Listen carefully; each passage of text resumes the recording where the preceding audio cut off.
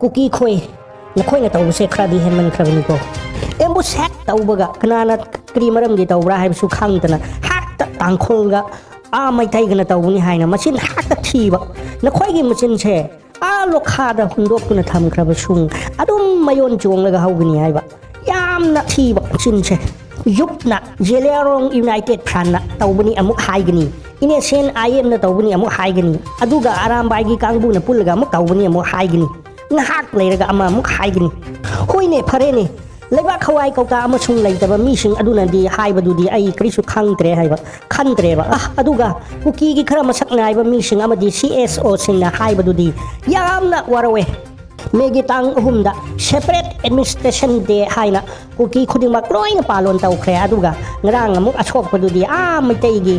jagada laklaga imphal gi si hospital da layeng khre maitai kana sung khri sung haibite Manipuri gi hana chief minister oiramba ex-CM Biren amasung hojik CM oiwiriba khemchana suchatona nokoi gi krisung award pala heloi haina nungsina tawbikre aduga nokhai kuki singna di hojik su adom phattaba ngakta khanduna laye maitaida adom warauba kuki khrana hange kuki karam na hat kadra haina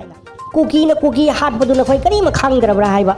lammunabagi damakta hanba oina sisipur da kuki masen kamna duna mi sikibdo thadau singdi kuki na te haiba sibu maitai na haibra haiba thadau masana haiba natra haiba mamanga thadau gi mioi ama sumna KHRA na hat kibdo nokhoi karim ta khangdrabra haiba thadau singdi maitam khuding mak thadau di kuki na te makoi di idea of Manipur da laibne haina makoi masana dum lawkhre adu oiba taragadi ngrangi ambush asigi marumda krigumba khara kuki singa thadau ga yana daba wari ama laibra haibasina khoi thidokpa ama changdabra haiba ambush tawriba jaga aduna kanagi jurisdiction no karamba kuki militant singna occupy tawraga laiba jaga no haibadu so khangro aduga karigumba nagagi nataga maitai gi militant singa mafam aduda changaklagadi madu oithokpa laibra karamda chen khigani haibadu suna khoi yenglaga wado ngangro haiba haiba yayena pakhai haye aduga layeng lamtaidana imphal da laklaga dum layeng ba aikoina kari sung haibi ta ado maitai pangbagi nate haiba peace to pame haiba Manipur se peace laina hingmina bado pame haiba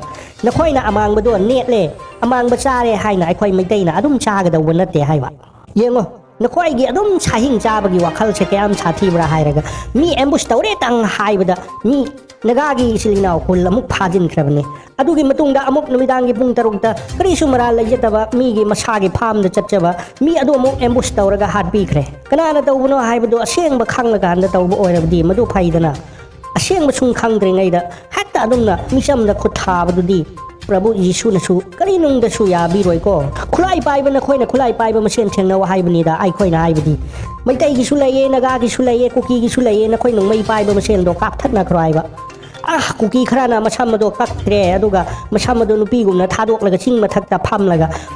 makha gi tampak nung mai pa kap laga misam praja sing di sibu do ki bani na chelo kuki kum tharakle chelo ai na chen madu uraga 650 square kilometer marathon race saina nakhoi na du karem namne ba adu ngrang su adu ne misam da adu khuthaba